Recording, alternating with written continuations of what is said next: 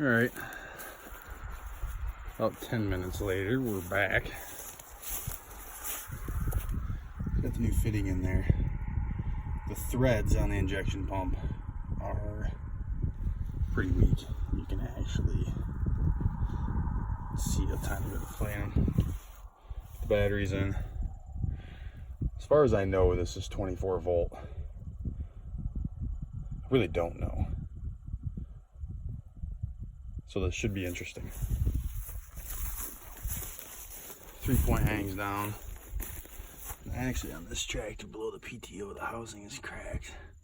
And so what they got on there is a chain so that when the PTO lifts up, it holds it. I took this apart because I was going to change that. And then I found out that up farther in the tractor, there's a snap ring to pull the PTO shaft, which makes sense the way that it's set up. So it got put back together, and I threw a couple of extra bolts in it. And it seems to be working fine. I used it all year this way.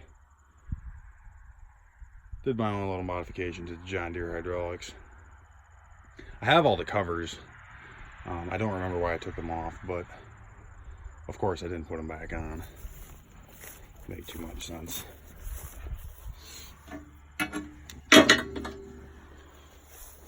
Start-o-matic. You're not supposed to stand in front of the tire. Don't do that. Alright, we're cranking. It's a good sign. Try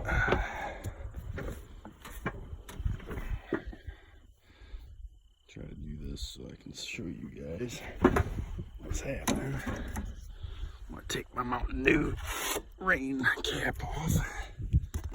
Probably drank that Mountain Dew the last time I was ham.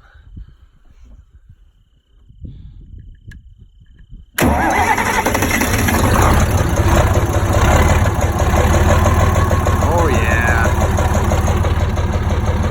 I love it. Beautiful day, fall day, northern Michigan. John Deere kind of day.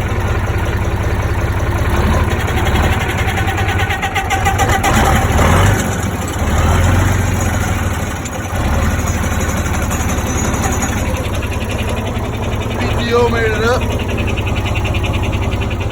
Work van. Awesome. I'm happy. I am a happy guy.